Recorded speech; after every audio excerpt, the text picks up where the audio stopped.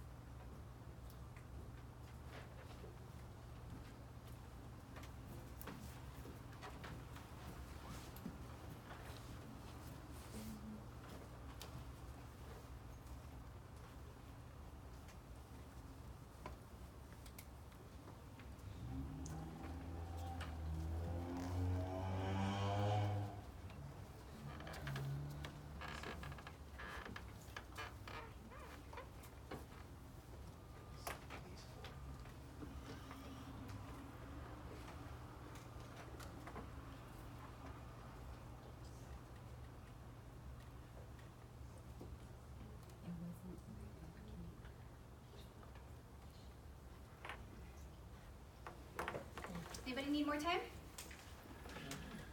Okay, time's up. All right. All right, you guys ready? Who got at least 5? Keep your hands up as I keep going. Who got 10? Who got 15? See, you see some hands up. Okay, who got 20? At least 20. Anybody? So we stopped at 15 in the back, yes? 15? Okay. Fun fact. In Alaska, the Eskimos have 143 words for snow. Isn't that amazing? Here's where I started to bring in my culture, my experience, but also my education into the real world. My first language was Spanish. And when I went to school for psychotherapy, I realized that a lot of words you just can't translate. They have their own meaning, especially for love. We have so many more words in Spanish for love than in the English language. So this is what I'm going to share with you. When a child is small and they don't have any language, what do they do to let you know what they need? Cry. They cry, they throw fits, right? They move about. They give you a hard time, but it's because they can't communicate otherwise. What if I told you that as adults we're doing the same thing with our emotions? Emotional intelligence starts actually when you're able to identify 30 emotions off the bat, just off your head.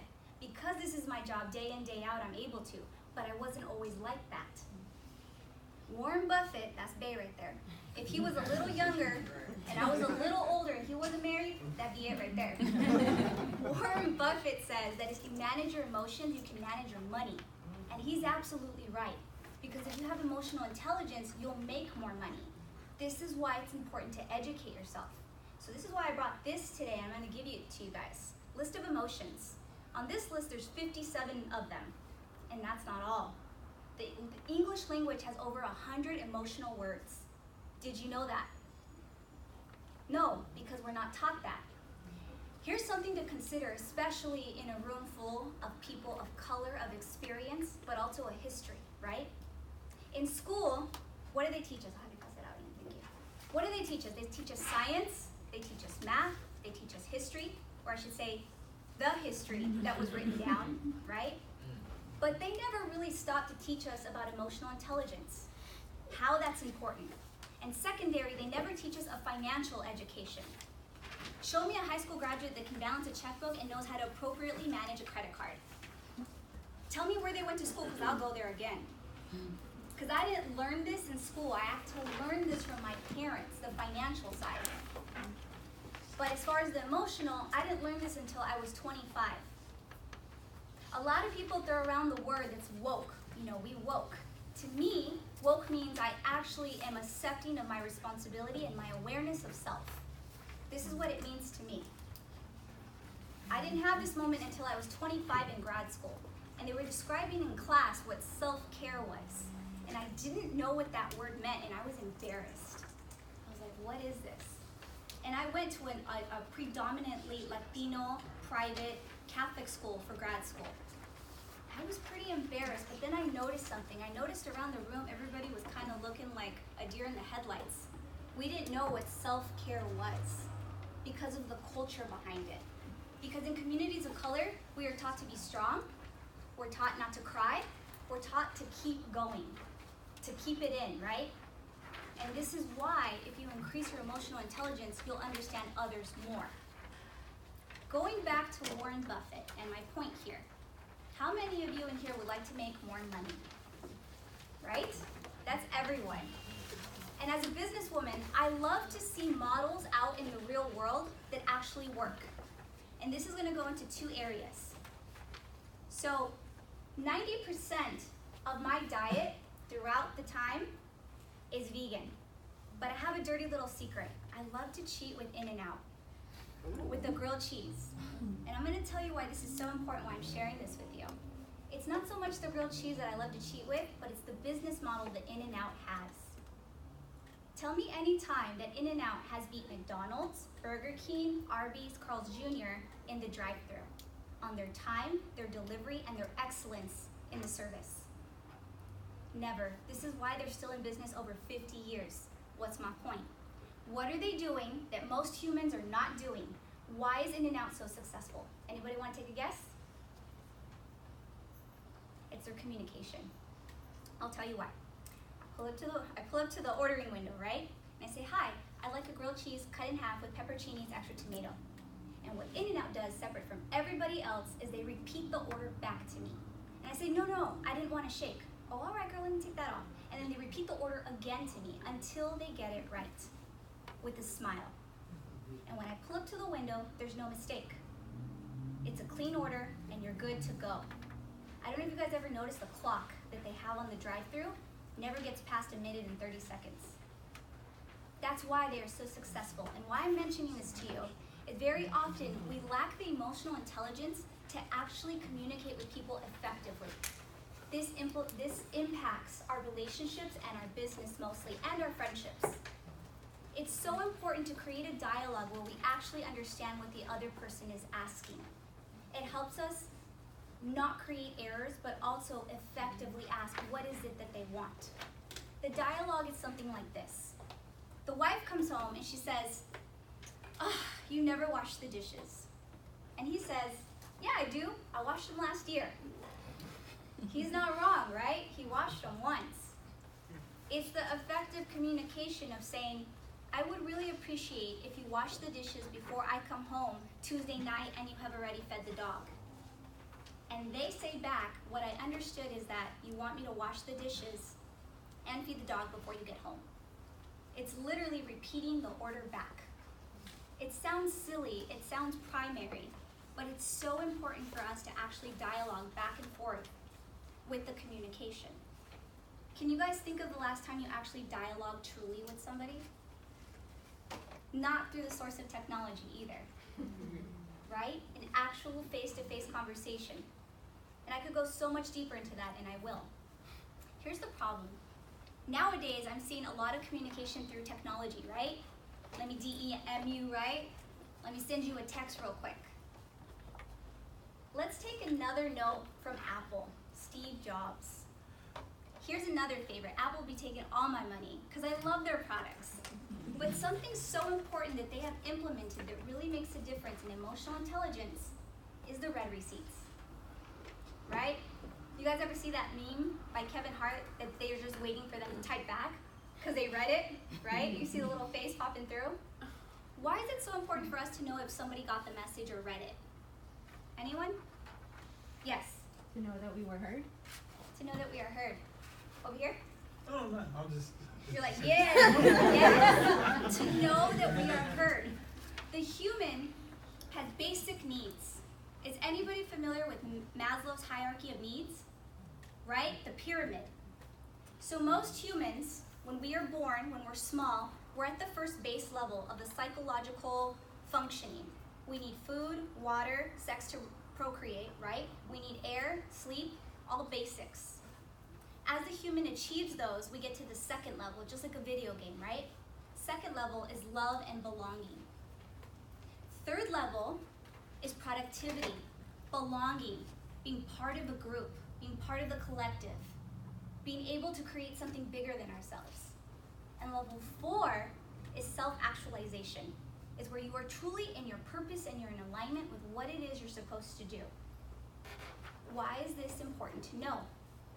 Fun fact, most humans actually get stuck in level 2, where we don't feel love and acceptance and validation. And if we don't have those components already met, it's going to bleed into our businesses, our lives, and our friendships. This is why we are triggered or we're feeling some kind of way if we are not heard. The human actually is pretty basic. We're human in nature. And what we want to know is that we are heard. Do they get me? Do they understand what it is I'm feeling right now? The problem with this, though, is that we put the responsibility onto other people versus ourselves to express what we need. We are fully 100% responsible to get what we need. It is nobody else's problem. Your happiness, your joy, your sadness, it's all you. It's coming from you. Nobody has the right or permission to make you feel some kind of way, right? Drake in his feelings because he wanted be, right? He's still trying to figure out if Kiki loves him or not. That's his choice, right? But a lot of people like to throw around the blame. So here's the thing. The first time I ever discovered that I could actually put on read receipts, I thought it was amazing. Because here's the thing, it wasn't for me to find out if others knew if I read it or not. It was to hold myself accountable. Because if I knew that I was going to read something and I wasn't ready to respond versus react, that was my doing. That was my responsibility. And that's where the emotional intelligence comes in. And I'll explain why. There's a big difference between responding and reacting. Does anybody know the difference between responding and reacting? Yes? They're just emotions involved more in one than the other? It can. It depends. But truly and really, yes? My guess is that when you react, you're going off of what they said versus how you take it. Is that?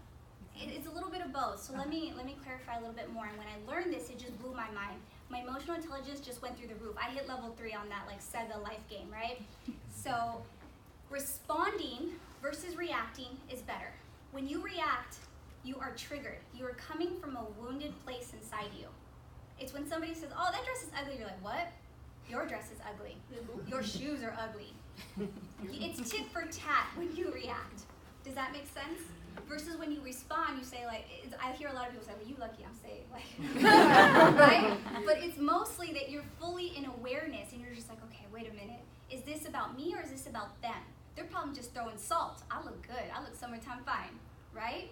And this will happen a lot between people who love us, who aren't supposed to hurt us, but they do. But see, it's our responsibility whether we carry it or not, right? So once again, responding is actually taking the responsibility to know what you are going to come back with, and if it's coming from a wounded place or a heart space.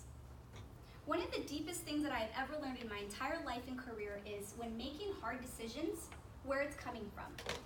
Is it coming from a heart space or a wounded space? And you are much more likely to be making a decision from a wounded place if you haven't worked on it. I'm a huge fan of drinking my own Kool-Aid. What does that mean? I'm a psychotherapist. I take myself to therapy. I'm a coach. I have a coach.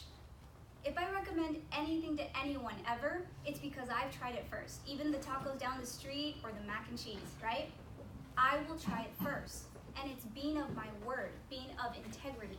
And it's the same thing circling back to being responsible when I know somebody has read something that I will respond accordingly. I will not open a text message unless I am ready to respond. Am I 100% perfect? No, but I try and keep that in mind, and that includes emails or phone calls.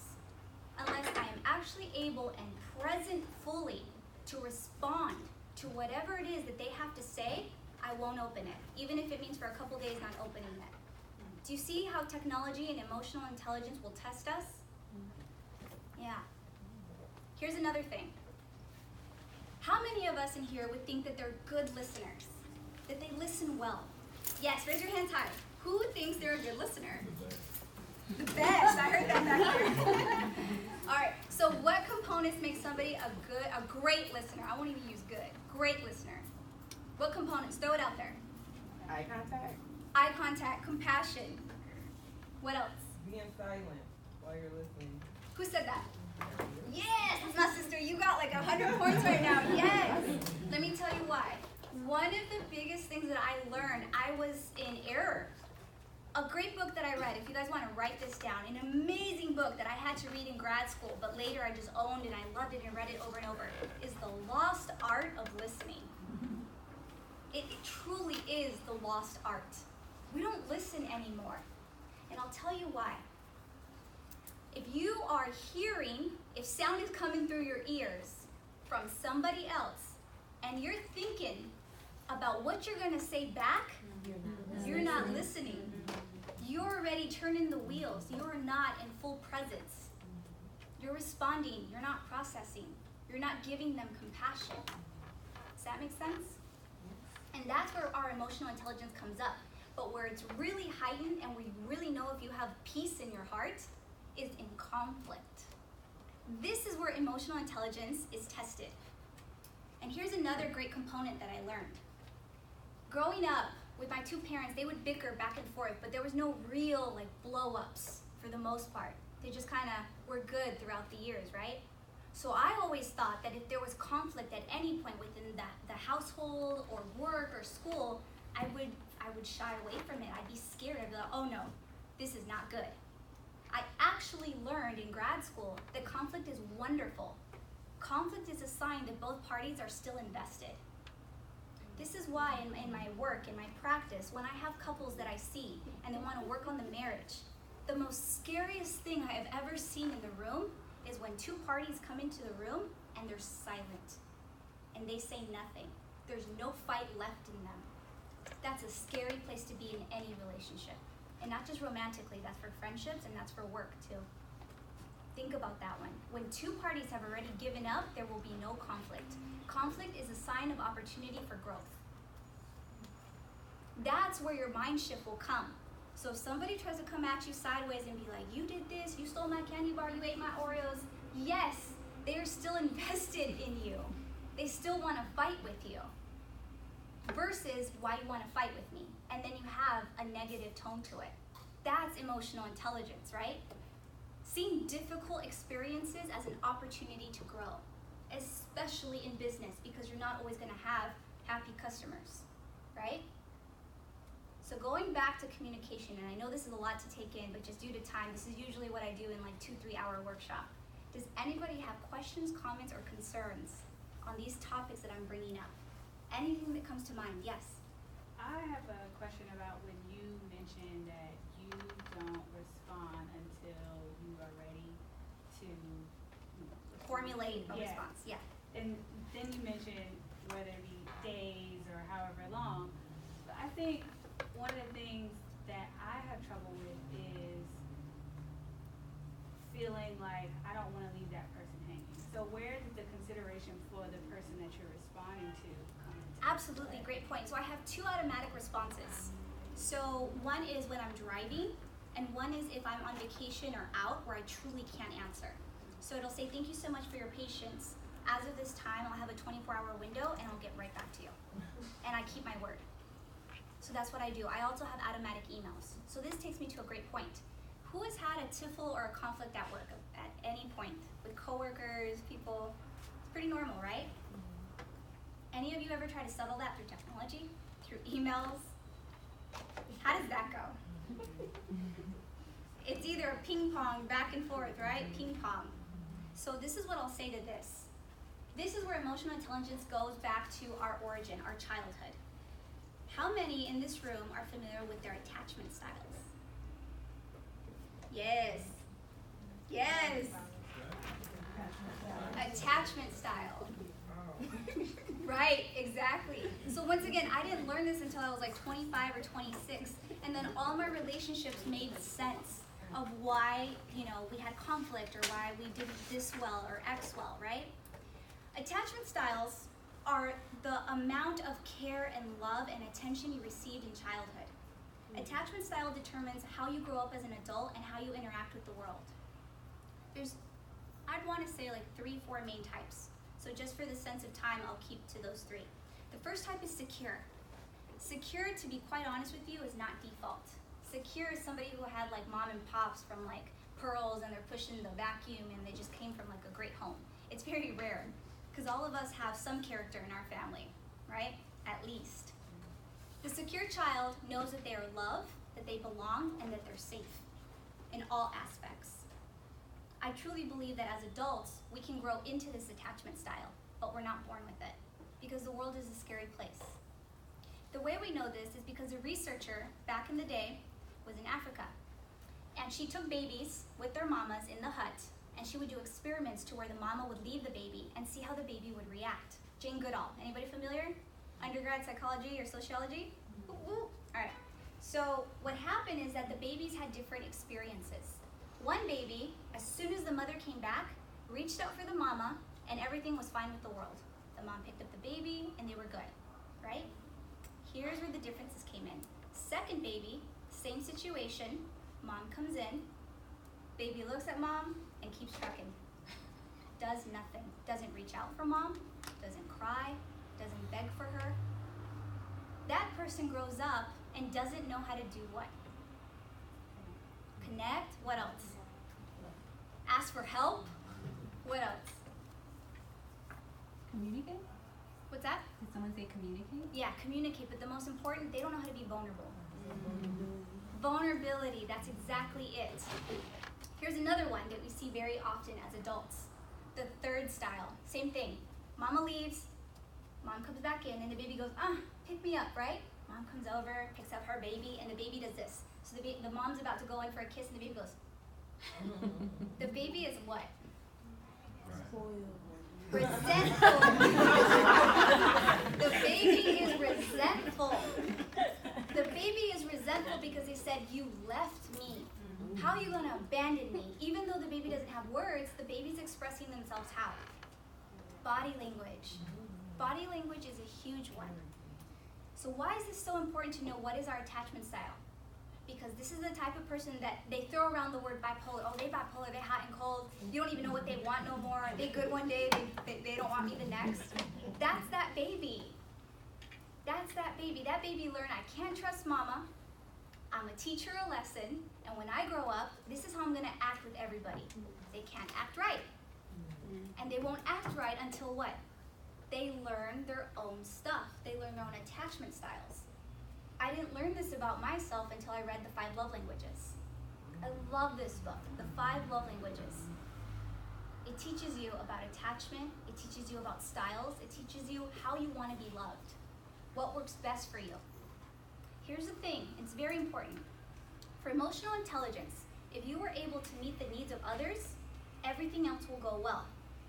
Besides HR, you can do every single love language within the workplace or with your friends or with romantic partners. And I say HR because one of the love languages is touch. We don't want none of that. we want to stay fresh out of HR. But you can apply it to any type of situation you have. Anybody deal with customers? Clients? Yeah. If you are able to identify how does this person feel heard, loved, valuable, and belonging, you will close that deal, no questions asked. All day, every day, somebody can teach you the ABC method. But if you don't go deeper than that and really connect with them, you might get them for the first sale, but you're not going to continuously keep them. Does that make sense?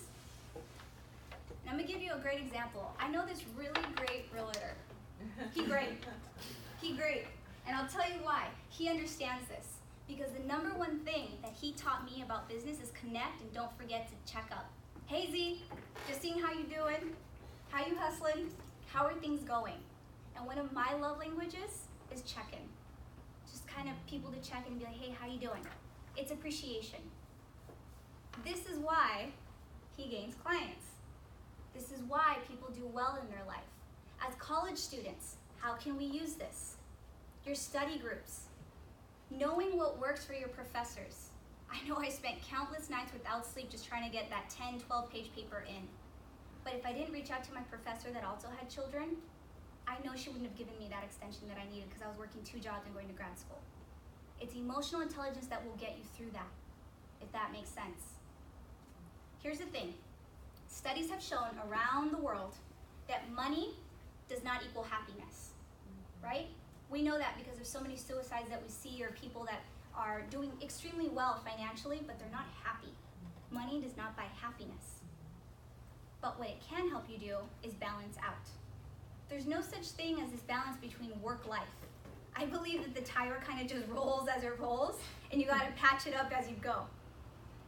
This is connected to your emotional intelligence. It's checking in with yourself. What do you need in that very moment? Because normally, if you're missing something from your cup, it's going to bleed into your workplace. And this is what I mean. I'll tell you exactly what it is. Let's say that a person is extremely well versed in their job, in what they do. But what they're missing is self-care. They're missing that time just for themselves. That time just to literally go to the bathroom, right? And I'm using this as like a personal example. If I don't schedule in a pee break, I won't get one, right? But if I don't fill my own cup, how can I fill the cup of others? Go in here, has ever had a customer, and literally be thinking in their head, like, I just want to go get some lunch. I just need lunch. Anybody? And being vulnerable, right? But if you don't fulfill that inside yourself, they're going to smell that. Here's the thing, you gotta play the game that who is more emotionally intelligent here? You or the client? And if it's the client, you will lose. You will lose that sale. One of the most brightest bulbs that went off in my head one day was this. People do not buy a service or merchandise or a product. They buy you. And this is why, when I understood this, my business is doing well. They can go to anybody for whatever X thing I'm doing, but they come to me because they connect. And I know every single one of you has something so special in here that people will go to because you supply you. It's not about the product or service. How many people in here have ever gone to their hairdresser, their barber, and then chatted it up? Come on now. I know I have. You can tell them, girl, how's it going? What's his name, right? Yeah. So you keep going back to them because you have this great, yummy feeling when you go to them, right? Yeah. Here's the thing, going back to body language. So I'm a Spanish speaker, and in my culture, my ancestors used to think that the brain was actually in the liver. They thought it was here, the Aztecs, right? And it's interesting that the liver is pretty darn close to the stomach. And a lot of us said, I just had that gut feeling. It's what they called the intuition, but we didn't know that back then. And I'm really big on your intuition is the voice of your emotional intelligence. And if you're able to read your own body language, you'll be able to read others. And this is what I mean. I want to give you guys actual tools for you to walk out with for you to increase this. So the first thing that I have discovered that really, really helps is video journaling. And not to post, not to share, just for yourself, something private, like in a private little vault app. This is why. If you write down your feelings, those are only your thoughts. You can't see your facial features, and you can't see or hear your tone, or the connotation of how it's being said, right? When you video journal, you're actually seeing if your face and your affect matches what you're saying. You ever see people that when you ask them, like, are you doing all right? And they say, I'm fine. But you know they've fallen apart, right? So that's exactly why if you lie to yourself, you're probably lying to others. Know thyself first. The moment you're able to catch yourself on the lie of like, dang, I'm not doing well. My mom's in the hospital. I'm overworked, underpaid. My sister isn't helping me with mom. That's the moment you can be honest with other people. A lot of people like to throw around the come correct or not at all. Get correct. Get right. Otherwise, how will others connect with you? Right? I see a lot of nods, like, yeah. Yeah. Any questions come up for you guys? Because this is what it is, dialogue here. Any at all? Yeah. Here's the thing. When it comes to body language in business, this is what I look out for. This. If the person's at the table or standing or whatnot. Why? Because this is a sign of power when they do this with their hands. And you know this because we've talked about it. Because a triangle, it's secure no matter which way you put it. It has a secure base. It's leveled in pressure, right? This means I got you. So look out for that, right? And as usual, you want to look for like where the feet are going. Sometimes even when I coach people on dating, it's where the feet are going to whether or not they like you. So you could take a look at that. If the feet are towards you, they're down. If not, well, move on. Yeah, don't waste your time. You can thank me later. It's all right. No invoice. Thank you later. As far as honesty, right? You usually get that gut feeling when it comes to marketing, when it comes to putting yourself out there for sales. You get an idea whether or not somebody's being honest with you. Most of the time, we are our own problem. We lie to ourselves. We say, oh, no, they're going to be all right. They're going to be all right. But later we find out what? My gut was right. Listen to your gut. Another thing that I really like to do that has grown my emotional intelligence is to meditate. And a lot of people throw that around. But you know, I'm really excited. I'm going to tell you what. The very first moment that it actually became real for me, that it's going into communities of color, is when I watched YG's video with Vice. Anybody seen it? Isn't it amazing? YG went to therapy. That's amazing because in communities of color, you don't do that. And he talks about his feelings. He talks about it. And the therapist tells him, like, have you tried meditation? And at first, he kind of just like, nah, that's not for me. And later, there's a follow-up video as an interview that he does it now on a regular. Meditate. I'm probably one of the busiest people like you'll ever meet, but I will take a moment to meditate every single day. Usually when I meditate, colors come to me. I see people in colors too. Like I feel their energy and I either get like a really pretty, mint green, light yellow, and when it's not so great, I get other really heavy colors, like purple or red, or I don't know, maybe that's just some weird stuff, but this is what comes to me and didn't come at first. It came after years of meditating. This is like my 5th, 6th year.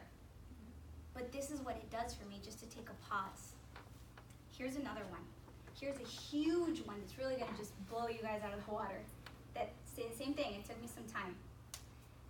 I want you guys to take a moment and write down the 3 most difficult people in your life. 3? 3. Just 3. Write down the 3 most difficult people in your life. We're gonna do something with this. Just 3. Ian. Just 3? Just 3. Just 3. Just 3.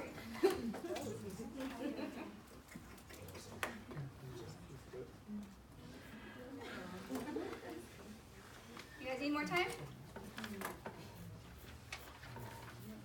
Everybody got 3? Just 3. Don't make a longer list. All right. So what if I told you that the 3 people that you wrote down are actually a mirror and a reflection of you?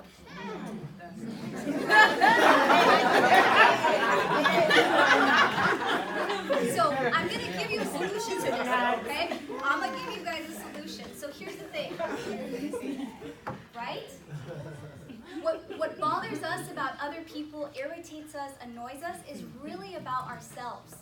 It is what we call the lost self, the shadow self. It's the part of ourselves that we negate, that we were ashamed for in childhood or growing up by our caretakers. They shamed us to the core where they said, don't be like that, don't do that, sit right, act right, right? Act right or else. Here's the thing, here's the solution to this. I check myself on this very frequently. How can I expect others to be around me for a certain amount of time if I can't be with myself for that amount of time? I'll give you an example. Let's say that I'm gonna spend an entire day with my auntie or my sister, right?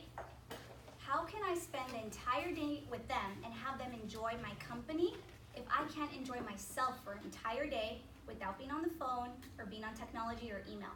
Fully, truly in presence with myself, in what we call solitude, right? There's a big difference between loneliness and solitude. Solitude is when you are extremely happy and excited to be with yourself, right? Loneliness is when you feel alone. The big difference is people who could be in a room full of hundreds of people and they feel alone. Yet, there are people that it's only them in the party, it's lit, because they are fully aware and they are fulfilled within themselves. You will feel this energy around people, and when it doesn't match, you feel it, you do, right? That's a big question to ask yourself. Am I able to provide myself whatever it is I'm asking X person to do? And if it's to commit to you, to spend time with you, to give you XX, whatever it might be, ask yourself, can I give myself that, right? It's the same thing with the concept of love. This is a big one for me that I'm conceptualizing lately. And love is a tricky thing, right? But what's come to mind is this: love is unconditional, including for yourself. If there is an if, but, or when associated with that word love, it's not real love. I love you if you act right. I love you if you don't talk to her no more. I love you because you do XXX thing for me. I love you when you're good. I love you when you don't use. I love you when you wash the car. I love you because you don't eat my Oreos. I'm just being silly with these examples, but it's real. Really ask yourself if you have those if, when, or because with yourself. I'd love myself if I lost 15 pounds. I love myself because XX title is associated with my identity, when in reality it's not. You are your entire being just on your own. And all of this is related with your mental health. The best way, and I'm not saying it's the right way, but the best way is to have self-awareness. Personal development courses, seminars, workshops, therapy will definitely help you increase your emotional intelligence. You will see that as that grows, so does your bank account. It will literally go hand in hand and it'll just flow. Ian's like, yes. So, I don't want to overstep my time, and I know it's just jam-packed in there, but I would love to open this up to Q&A, to any questions you guys may have. Any at all, I'm open to it. any comments you have, any thoughts, any light bulbs. What I love to do when I work with people, whether it be with coaching or therapy, I love to ask them at the end, how do you feel? What'd you get from this? Yes.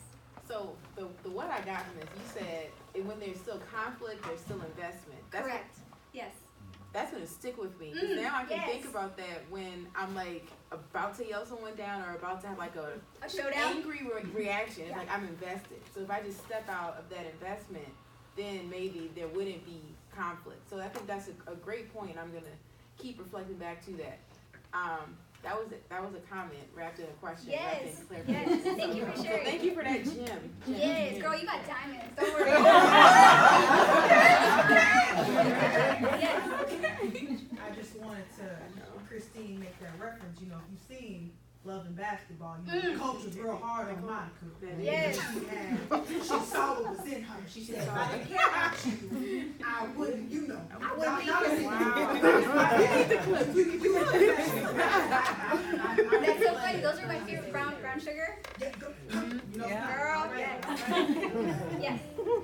So when you were talking about like your own personal development, just as an individual, let's say with family, coworkers, whatever the relationship is, if you're on the path of trying to be self-aware, working on your emotional intelligence and all that, but the other people that you're encountering on a daily basis and in relationships with are not, Right. how do you balance that out? How are you able to, I guess, try and impart that knowledge to them without it being overbearing so they can be receptive to it while you're also working on it? Because it's almost like you're doing all the work and no Yeah. one else is being able to do or self-correct themselves. So it's like, well, why bother if they're not even, being receptive or acknowledging any of that? I love that question, especially being Latina. There will always be conflict in my family. Like everybody's up in each other's business all the time. I'm like, wait. So 3 things to that. 1, there is a huge, huge need for boundaries and limits. Boundaries are for people that need boundaries. And for a lot of family members, we love them, but Lord Jesus, like we know we need boundaries with them. So it's knowing how much time can you really spend with them without feeling triggered. And if it can't be past 2-3 hours, you still need to work on your tools. I don't know. I don't know if it's good or not, but I'm up to at least like 3 days now, like with my mama. At least 3 days, and that's good, without me being triggered. So I've also asked myself this: am I the rock or am I the water in the river? Which am I? I used to be the rock. And the rock is just, no, it's my way or the highway, and that's it. And we go and eat spaghetti. I don't care what you want, and that's it. Right? And that's just a small example. But I've learned to flow like the water, to where what most people say, right? 99% of the time what people say and do has nothing to do with me. It has to do with them. It is a reflection of their person. And I still struggle with that, to be quite honest with you. The second thing I check with myself is this. Once again, is what I'm about to say coming from a place of healedness or woundedness? I have one wish, and in my doing my own work with my own personal professional, I discovered this when it came out of my mouth. What I entirely wish from my family members, from my mother and from my father and my siblings, is for them to pass from this life much more healed and wounded. And in knowing that, whenever I interact with them, I see them with different eyes. I don't see them as somebody telling me a negative thing or throwing salt. I see them as this wounded being. And one day, I still have hope that they will be much more healed.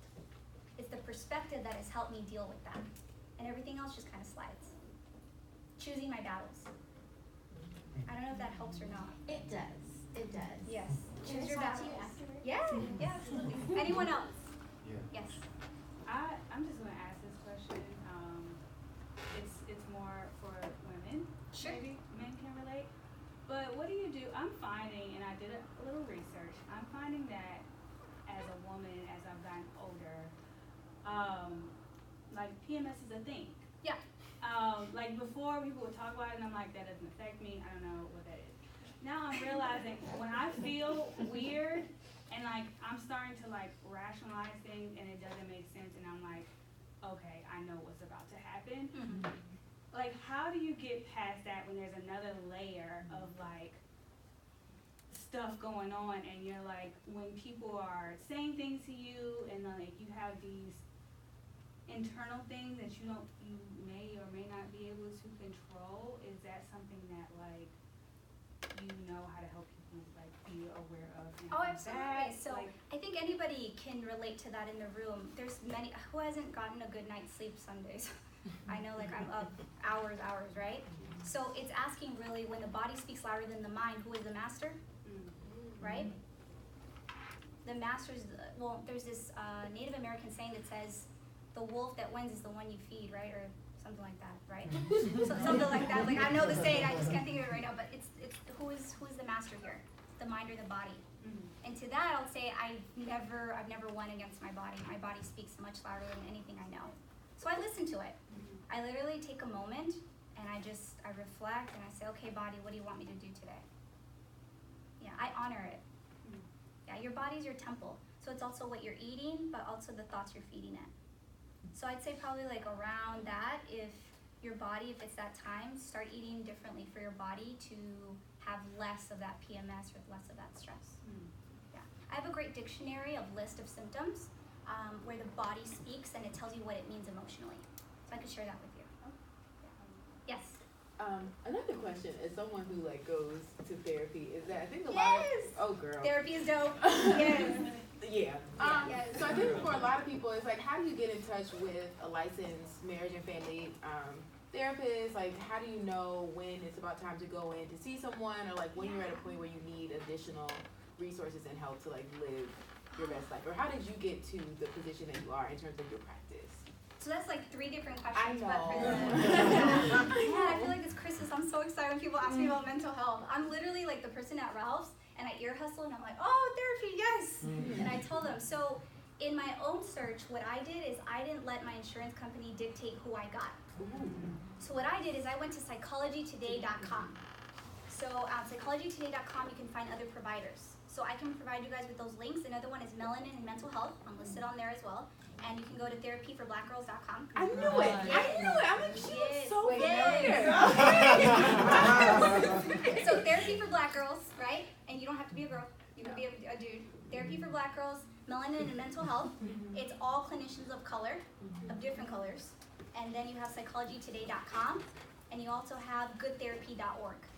Those are the main ones I suggest. Go take a look and you will find somebody. Listen to your spirit and it will guide you. Yeah. So for the sake of time, thank you so much. I know it was wrapped up all into one, but thank you.